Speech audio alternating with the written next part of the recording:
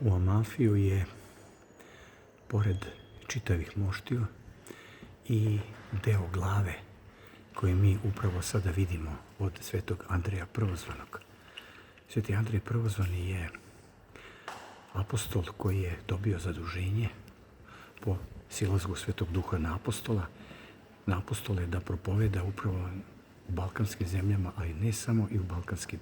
Osnovao je episkopsku stolicu u Carigradu, zatim je osnovao episkopsku stolicu u Kijevu i u svim tim zemljama je propovedao.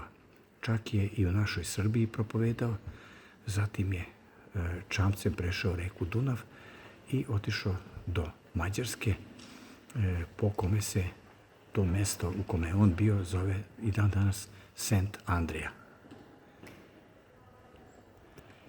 Sveti Andrije Prvozvani, moli Boga za nas.